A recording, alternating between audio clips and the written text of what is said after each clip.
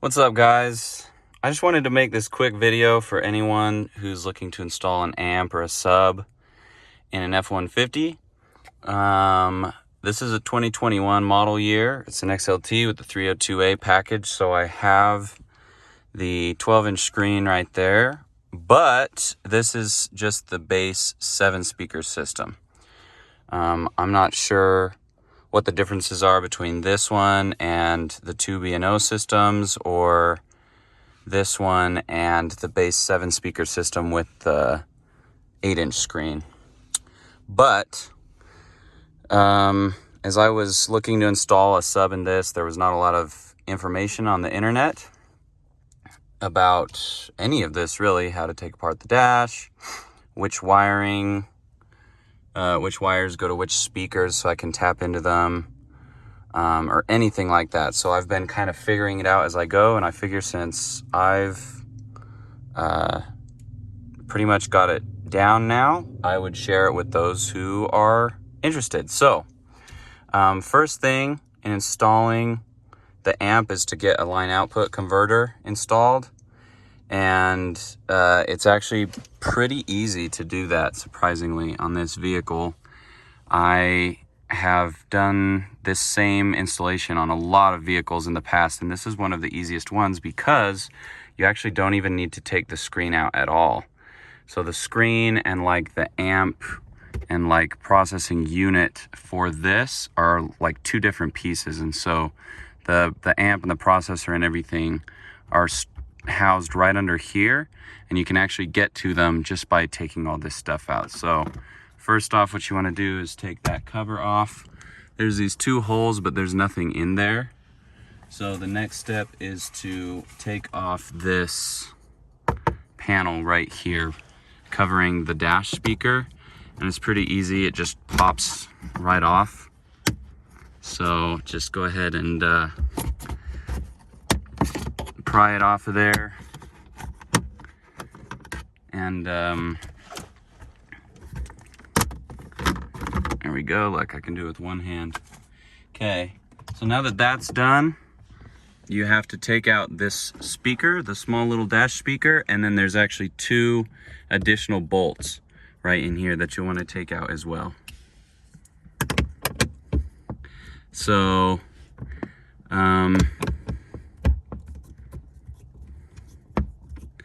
both of these bolts are actually, I believe, 7mm. So go ahead and just take that out. I'm able to get to this one with a screwdriver. These two I have to use a socket wrench for. Okay, so I went ahead and I pulled those 4 bolts out. Then you're gonna wanna remove the small little speaker here. Just pinch right there and pull again. Easy enough that I can get it done with one hand. So then you just pull this panel out. Everything after you get these 2 bolts out is just the push clips. So you can just get under here with your panel removal tool, or if you have like a plastic spatula that you use for drywall mud or whatever it is. Just don't use anything metal because you'll damage it, but pretty easy to get this out of here. Also, I've found that it's actually easiest if you start from this end. The panel comes all the way up onto the top of the dash. So I found that it's easiest if you start over here on this end and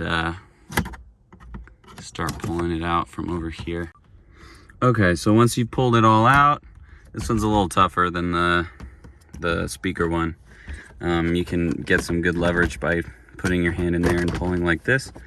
Once you get that out, that reveals everything that you need to get to. You don't need to take apart any of the console or the screen or anything. So that makes this so much nicer than pretty much every vehicle I've ever installed a system on. So right back here, you'll see this main harness. It has 2 different plugs that go into the unit, and you're gonna wanna pull these both out. There's a tab right there that you push to pull that right one out, and then a tab, you can't really see because it's dark, but on the left one that you push as well. You'll pull both of those out, and that will give you access to all of the speaker wires. Obviously, I've already connected my line out converter, so you can see the one that I prefer to use is this Scosche unit. I've put it in a bunch of different vehicles, and it provides remote turn on to the amp based purely on whether or not it's receiving a signal from the speakers. So it works perfectly with trucks like this that have a start-stop system. So with the engine turning on and off, it doesn't affect the amp or the subs at all. So I really like this system. Plus you can attach a little remote bass knob to it and control the volume of the sub with the knob. So, but anyways, so I'll put a wiring diagram up on the screen right now with the wiring colors for the Bass 7 speaker system.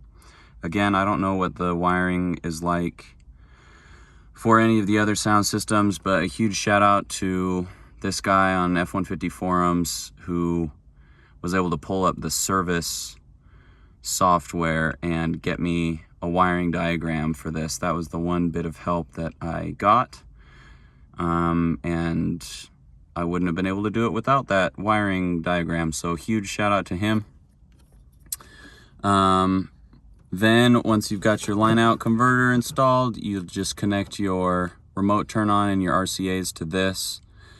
I ran it down through here. All my wires go down this way, and I don't know if you can see it through here. It doesn't look like it, but they go down through here, and then I actually was able to reach through the this section of the steering wheel. If you pull the steering wheel up and then reach through here, I was able to actually get to the wires and pull them down and through, and then it's just running right there.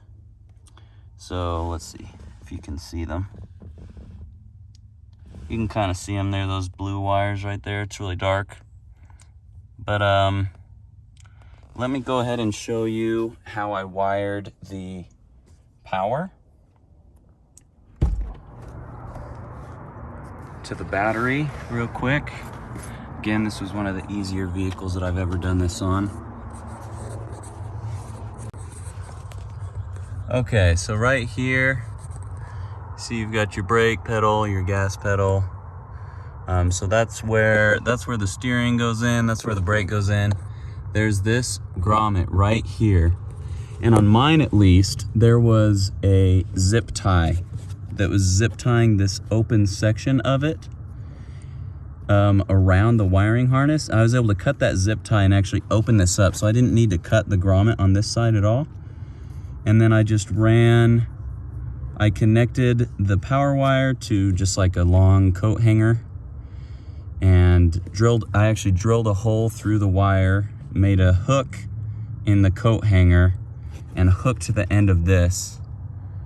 And then I just pushed it through till it got to the other side and pulled it through all the way, and it worked great. So let me show you what it looks like underneath here.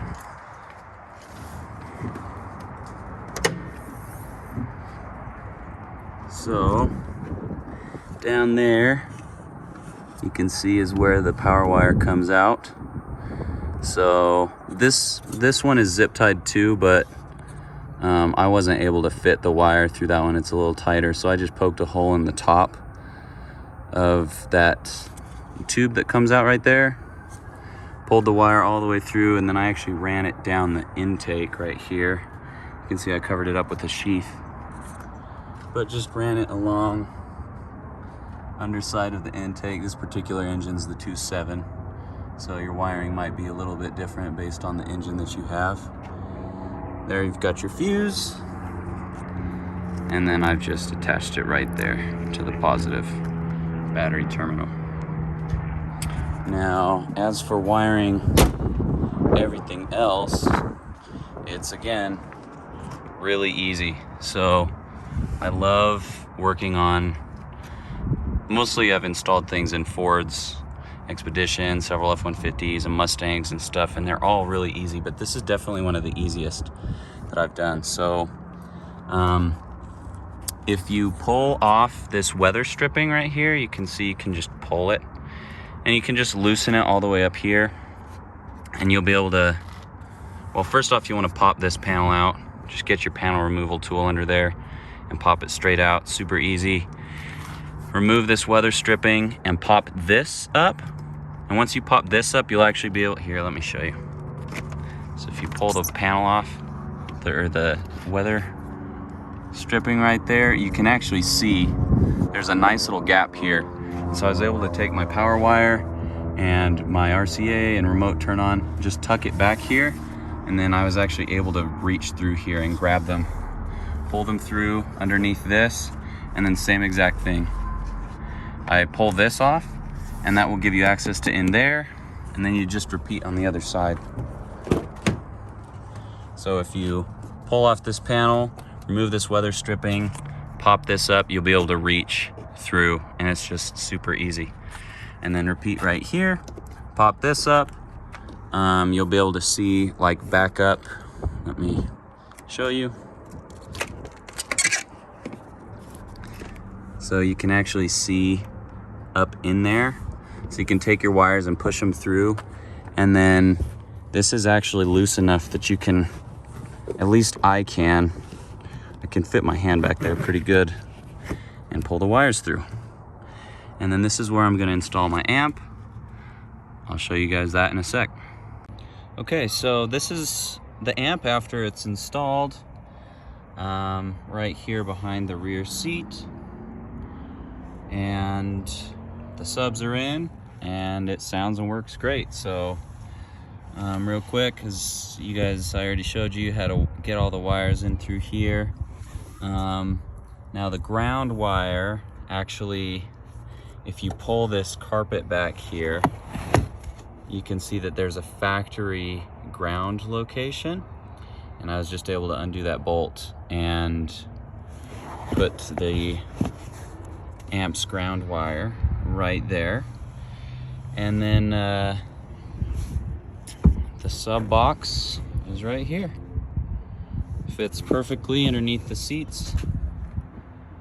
You can see that it fits real nice under there. This particular setup is a couple of 12s. I did two 12-inch Pioneer subs. I haven't carpeted the bottom yet. I might put like a vinyl on the bottom instead, but anyways, sounds great, fits perfectly, and